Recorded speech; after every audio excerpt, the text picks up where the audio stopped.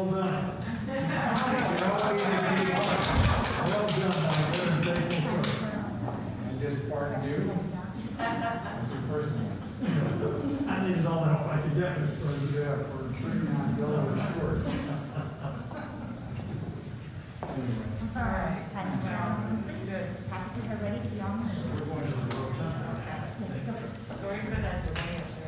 So if you don't recognize them, folks, members of the Joint Congressional Committee on Inaugural Ceremonies gathered there. The JSIC gathered with President Biden and Vice President Harris in the President's Room, the space that we're seeing here.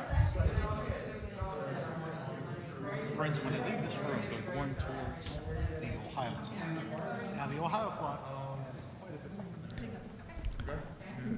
Friends, when the president and vice president leaves this room, they're going towards the Ohio clock. Now, the Ohio clock has. Why is it called the Ohio clock? Well, it's interesting. A senator from Connecticut, Senator David Daggett, asked a clockmaker from Philadelphia, Thomas Voigt, to complete it. He does in 1816, but Ohio came to the Union in 1803. I don't quite get it. It's a mystery, and no one knows the answer. This clock has come to be known as the Ohio clock. It stands in the Senate hallway, which we're going to be seeing the party passing through soon on their way to the rotunda for the presentation of gifts. We're just wrapping up the signing ceremony here. And so we're on the Senate side of the building in these hallways, which are beautifully decorated. Again, if we can call your attention to the floor for just a second. Oh. Minton tiles. They're an encaustic tile, which means that the way that they're glazed is a little bit different than the kind of tile we're used to in our kitchens and baths.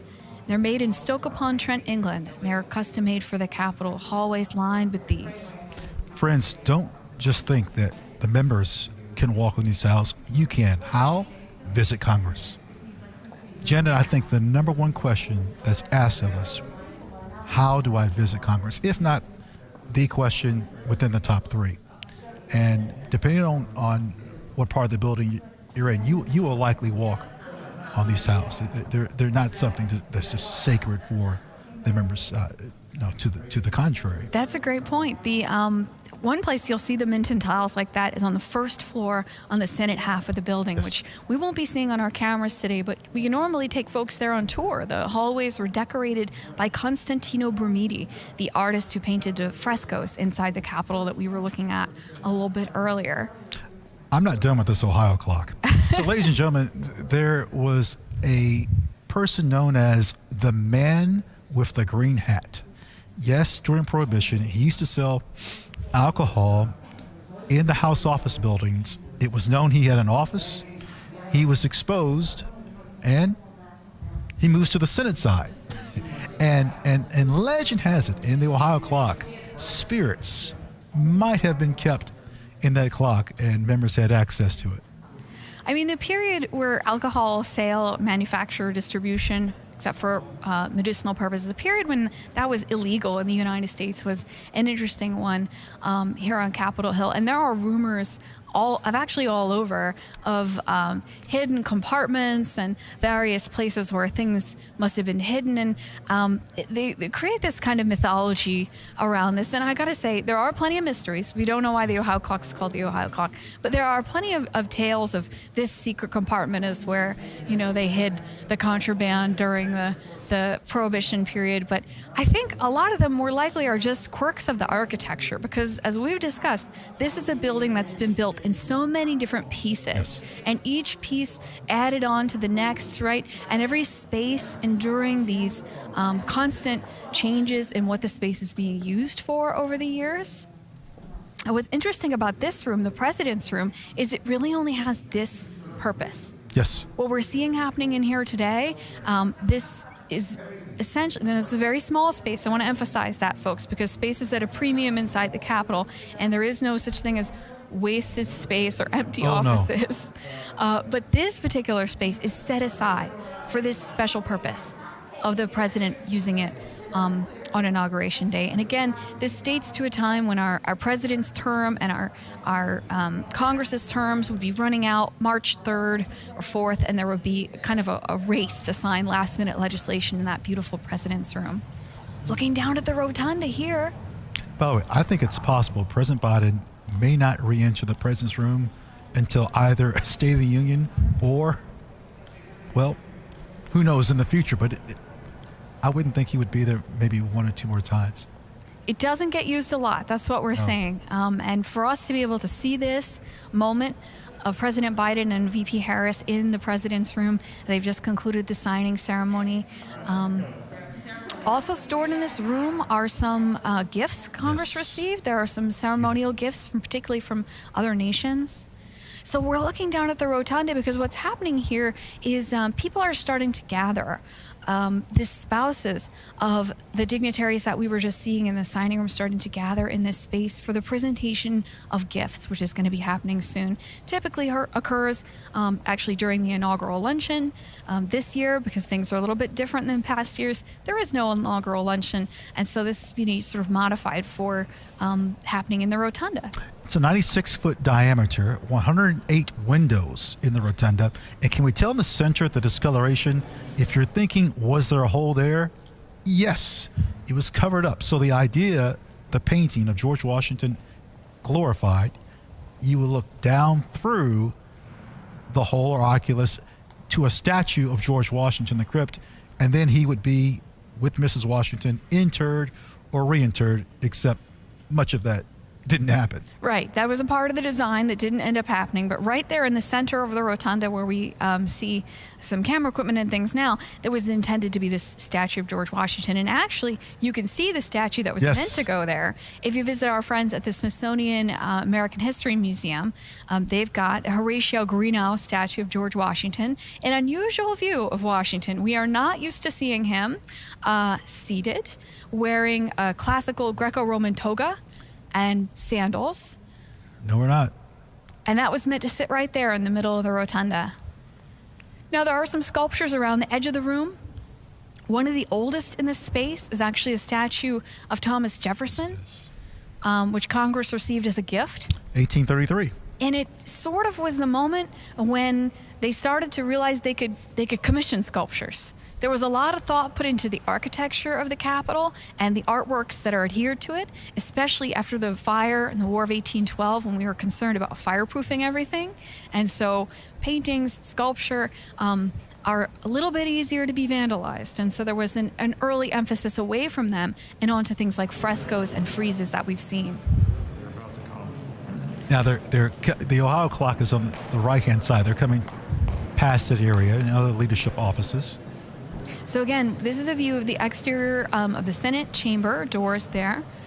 This Ohio clock we were talking about, it's one of the iconic artifacts inside the Capitol, iconic timepieces. It would be just out of view on your right-hand side, where you see those three folks there kind of in dark suits. Now, just out of view on your left-hand side, portrait of the first woman in the Senate, Hattie Caraway, and that's also obviously where we anticipate seeing the president and vice president emerge in a few seconds. Ladies and gentlemen, I want you to picture this. In the old chamber, Vice Senator Breckinridge said, let's pick up our desk and move them into the new chamber. That's how they moved there. Yeah, so this is the door to the new Senate chamber. Yes. And again, when Ron and I talk old and new, we're talking the difference between about 1810 and about 1859. So new would be 1859. And so in there, behind those wooden doors, is where the Senate currently meets, using desks that came from their original chamber. I wish I'll do it. So, Senate visitation and House visitation. Oh, do you have to be a certain age to visit the Senate? So I will say that the House and Senate sessions are always open to the public. Yes, Anybody can come and watch. You can get a pass from your member, your representative, or your senator, and sit in and watch in the galleries. There are certain rules in the galleries about photography and applause and things like that, and Ron is alluding to... You better be 6 years of age and older to visit the Senate. There's such a place called the Children's Room, where my colleagues have put me in timeout many a time there. And it's not far from that camera angle just gave you. Oh, what a view here. We see elements of all four branches, if I'm not mistaken, for review. And again, I mentioned this earlier. I had served in the 82nd Airborne Division for quite some time. And here they're coming out. Here they go. They'll be passing by Leader McConnell's office. Now, once again, folks, you see the Capitol Police officer in uniform. The gentleman in the brown coat is United States Capitol Police Officer Eugene O. Goodman, who is serving as the acting Deputy Senate Sergeant at Arms for the day. Speaker Pelosi just went by there. I didn't notice her without. Cream-colored dress. She took off the turquoise coat we saw her in earlier. Senator Schumer and Blunt going by us there. And so as they passed us now in this corridor, they're about to pass by McConnell's office.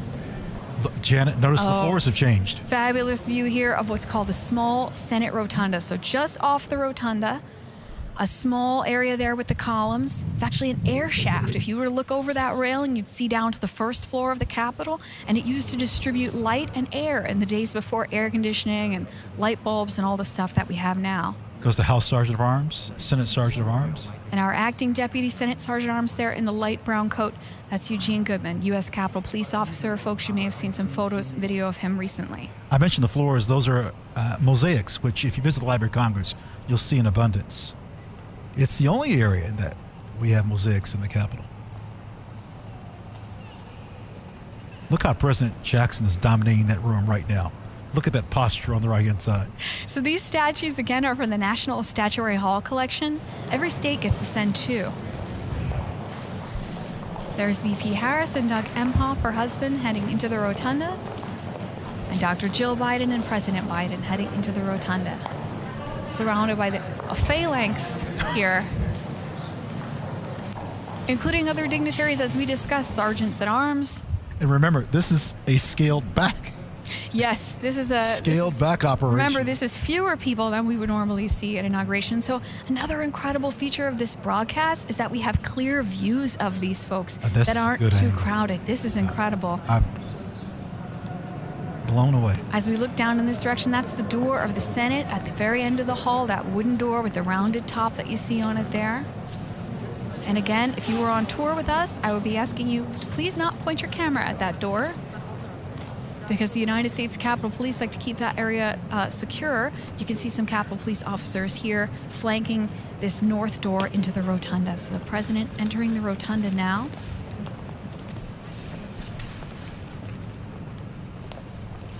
Oh, look at that beautiful All right. painting.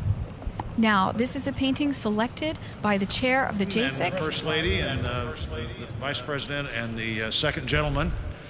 Normally at this time, we have a lunch, and probably no person alive has attended more of those lunches than President Biden has. It's an important moment where it's bipartisan. It's the time to bond between the executive and the legislative branch of the government. We probably don't need as much bonding because we already have that natural bonding with you and the traditions here. By those traditions, usually there's a painting at the front of that event that the chairman picks. This time, not knowing we were going to have an event what we were going to do about an event until late, I asked Dr. Biden to help pick the painting, and this is the one that she recommended. The painting is landscape with rainbow. Rainbow, always a good sign. It's loaned to us for today from the Smithsonian American Art Museum. The artist, Dr. Robert Sheldon Duncanson, he was the best-known African-American painter in the years surrounding the Civil War. He was based in Cincinnati, encouraged by abolitionists who, among other things, sponsored a trip for him to do some study in Europe. This is a painting that he painted in 1859, and I think maybe it's sort of the classic America as a paradise painting that a lot of painters were doing then. But for him, a black artist painting this painting that's so much like an American utopia on the verge of a war that we would fight over slavery, makes all of that, I think, even more interesting in that while he faced lots of challenges, obviously was optimistic even in 1859 about America. And so Dr. Biden, thanks for helping select this painting, and glad to have all 4 of you here as we move on to my good friend Senator Klobuchar. I like the rainbow. The rainbow is always a good sign. Let's hope so. Go right ahead.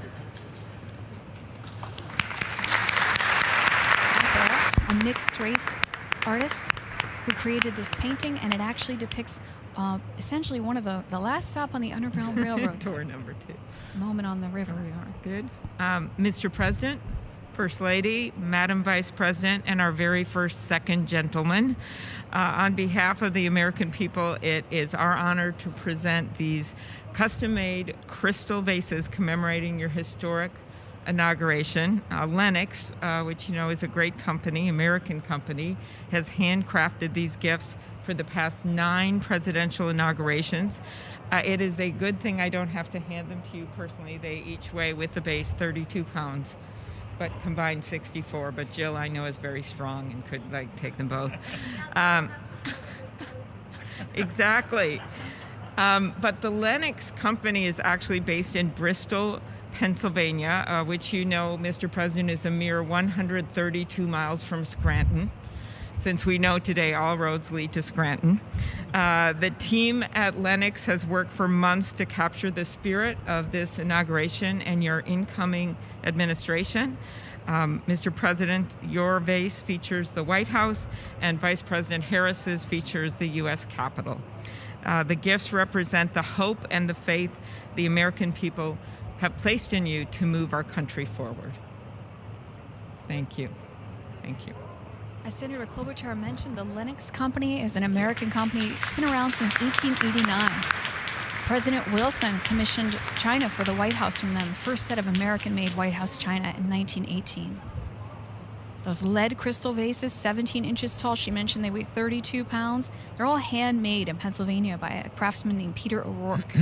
Well, Mr. President, Madam Vice President, while the pandemic has sadly limited our usual hospitality, as others have mentioned, I'm very glad we still carry on some of our favorite inaugural traditions. It's my honor and privilege to help present these flags of our nation that were flown over today's event here at the Capitol. Now, I have to make one point of personal privilege on behalf of the Senate. With all due respect to our distinguished Speaker and our colleagues from the House, I have to note, not only did we just swear in a son and daughter of the Senate to these high offices, but indeed both these former senators skipped the House altogether.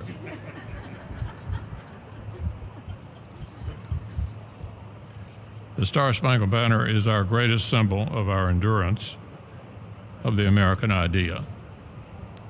It flies over this building on triumphant days and on tragic ones, over all factions and all parties. And today this flag flew over our former colleague's inauguration as the very first female Vice President of the United States. So to our very distinguished former colleague, Madam Vice President, please accept this flag with the highest compliments and congratulations of the United States Senate. Senator McConnell here presenting flags that have flown over the Capitol today during the 59th inaugural ceremonies. Speaker Pelosi, let's listen. The distinguished leader of the Senate pointed out that he has hosted this lunch for members of the Senate who have become president and vice president. But I have the privilege of giving the flag to the President of the United States, the flag that was flown when you were sworn in, Mr. President. This flag may it reflect all that is said about your inauguration. America united. May it be a symbol of the hope, the healing, and the just all of the enthusiasm that you have for our country. And as we heard the beautiful national anthem, when we're at the stadium and they say, is our flag still there? Then you say, play ball, right there, play ball. So we're going to get ready to play ball. We're ready to go with the inspiration of our flag flying.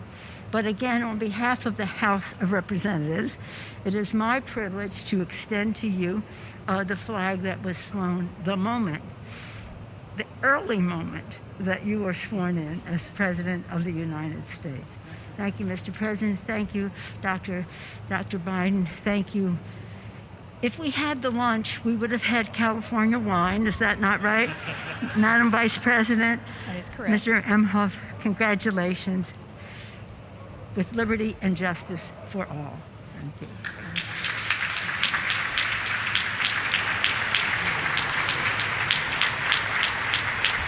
These gifts are presented by the JSIC on the behalf of the American people. We've just seen flags presented that were flown over the Capitol today. And the next gift actually will be photo portraits of the president and vice president at the moment of their swearing in. And those photos had to be snapped. Oh, so quickly. Printed. Escorted over. Yeah, it was a real sprint. They have the mats all ready to go, and they just need to snap the photo in the moment and then get them printed and put the frames together. Right? It's a good picture, too. The Honorable President Kevin Biden, McCarthy. Vice President Harris, Dr. Biden, and Mr. Imhoff, on behalf of Republicans in Congress, congratulations. Very proud of you both. When President Washington was sworn in as the first president of the United States, only a handful of people saw the ceremony or heard the famous first inaugural address. Today, the inauguration is seen around the nation and indeed around the world. Yet the task facing the nation is no less momentous than it was in Washington's time. I listened to your speech today. You talked among the tension and division. Our task as leaders is to bind this nation's wounds and dedicate ourselves to the values of all Americans share together. With modern technology, just a few minutes ago, it captured in these pictures. History in the making, for all the world to see. This picture should serve as a reminder of that task that we have before us. As a very proud son of California, it is my honor to present to a very proud daughter of California as well. Today, Vice President Harris made history, and all of America should celebrate that. But we should also remember that this is not the end, but just the beginning. As leaders, we are judged not by our words, but by our actions. So let's go forth from here together, accomplish great things for the American people. And every time you look at this photo, remember the beginning of the job we have to do. Congratulations.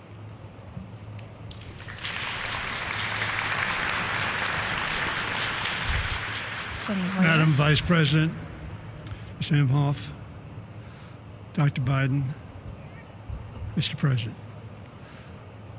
No, Joe, you're Mr. President. And we are so proud of that. Dr. Biden, he makes you call him Mr. President? Marriage is about to get rocky, I can tell. On behalf of the Joint Congressional Committee on the Inaugural Ceremonies, I too am proud. More than that, I'm ecstatic to present the two of you this picture. A testament to technology and a testament to history. Mr. President, in your speech, you talked about faith. You talked about tribulations, but you talked about victory. The Johnson brothers wrote a great hymn.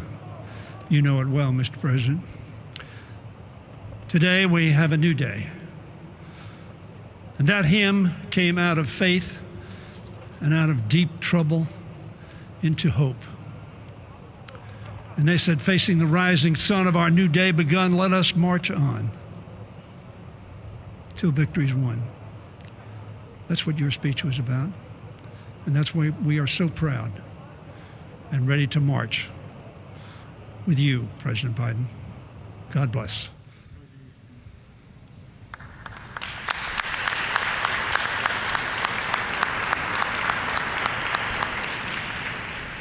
President Biden there checking out a photo of him taking the oath of office. It's just presented. They're both different, you see.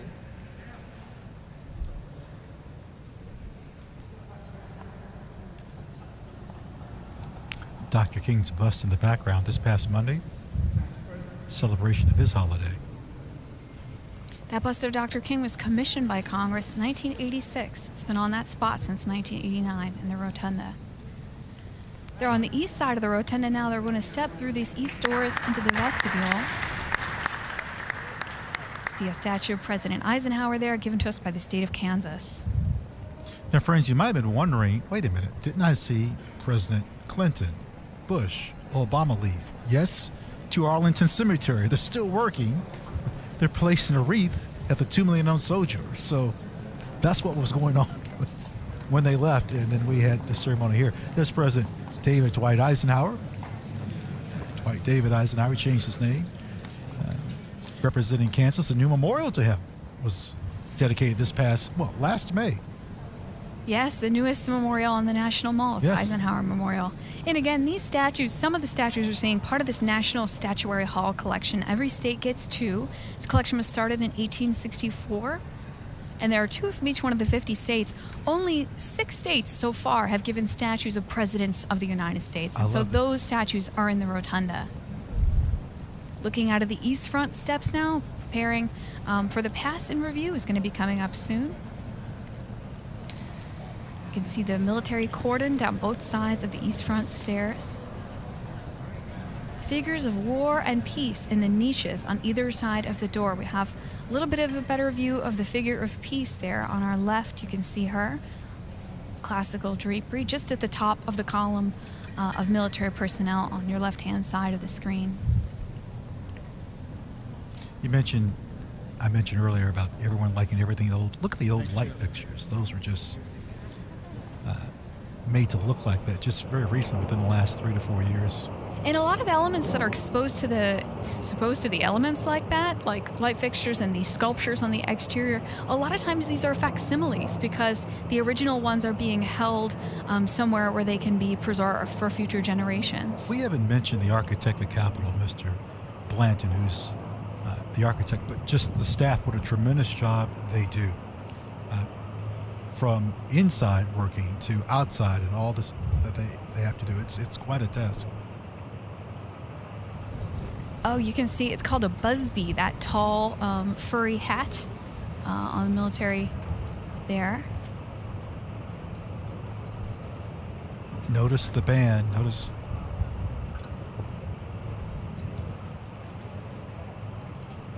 And everybody's lined up and preparing for the pass and review to be starting pretty soon. We do have a video about that coming up in a little bit.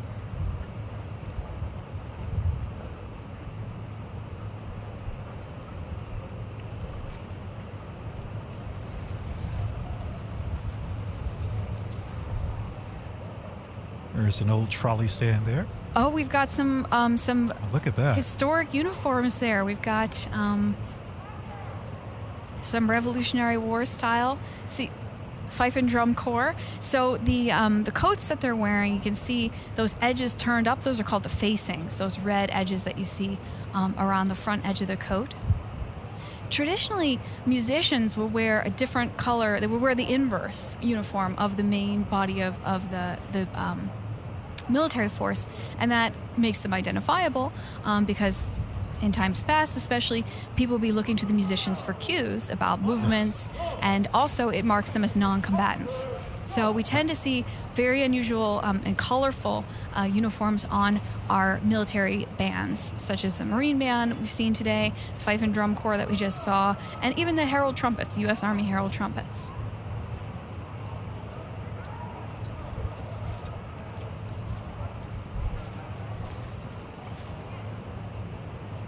Great view of the east front stairs here, waiting for President and Vice President to come out and review the troops. I think if you're a certain age, you might think of this area, perhaps, at a certain age, President Kennedy's inauguration, perhaps,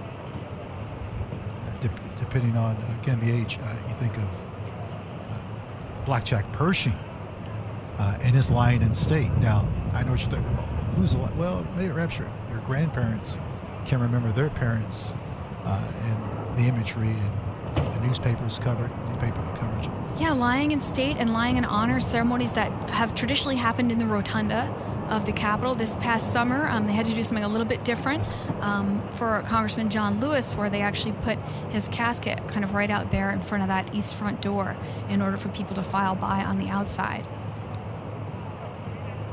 The lying in honor ceremony happened for the first time in 1998.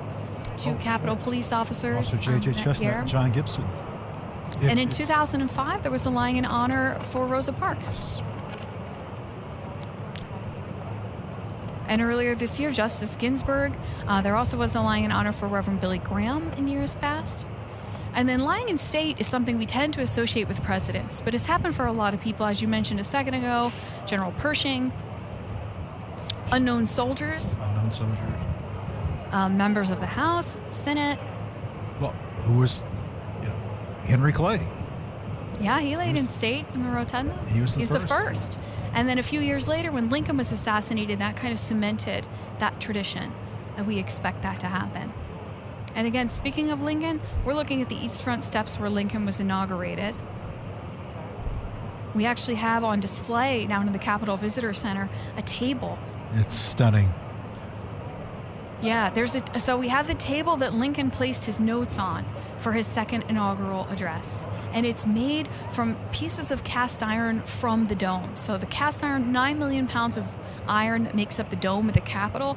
Since it's produced in pieces, there are multiples made. And if you've ever made anything using a mold yourself, sometimes they don't all come out perfectly even. So there was a pile of extra pieces and cast-offs. And the workmen working on the Capitol dome during the Civil War went through that pile of cast-offs, put together a balustrade column for the center as a pedestal for the table, some of the decorative elements for the outside to come down and make feet for it, and then they put a smooth top on it, presented to President Lincoln for his inauguration. I think it's wonderful that American artists and artists from Italy that painted in the Capitol would often use workers in their artwork. The workers here, I love that. Well, we even know that Constantino Bermedio painted that fresco inside the Capitol dome, used some of the iron workers for his models. Charles Thomas, the superintendent, foreman. Particularly for the scene of mechanics that has Vulcan at an anvil and forge, and he needed people to kind of stand in as models to represent the workers in that forge. Remember today's inaugural theme: forging a more perfect union. Yes. Determined democracy.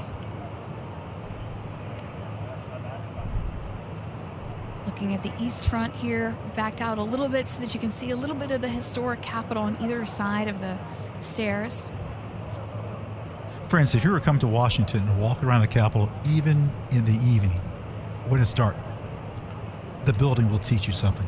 You will learn something. You'll pass a member of Congress at night and not know it. And you'll go by 20 yards later and someone will say, wasn't that so-and-so that just walked past? I believe so. Oh, here they come for the reviewing of troops. Now, I was just going to say, Calvin Coolidge's inauguration, the first one to be broadcast by radio, 1925. And the first one for TV, Truman, 1949. The cables for people to watch it in the Midwest had literally just been installed a few weeks before. Folks on the West Coast still couldn't watch Truman's inauguration.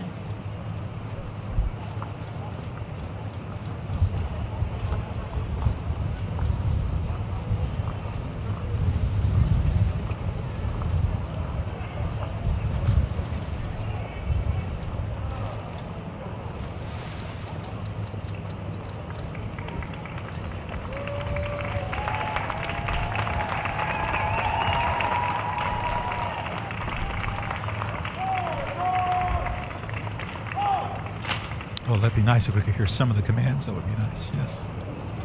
We can hear the applause.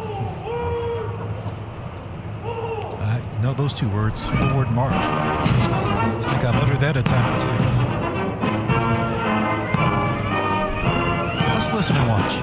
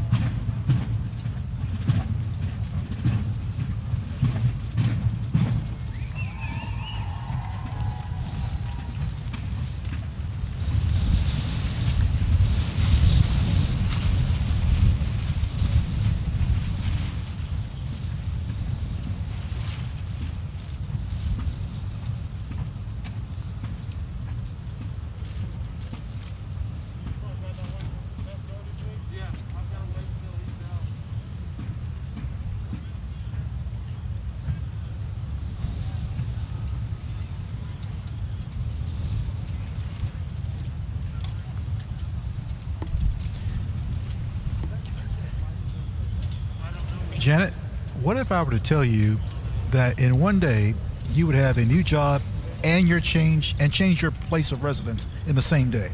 What would you say to that? Seems like a lot. And a new ride. A new car. And a new car there. I don't know if everyone noticed how thick those doors are when they put the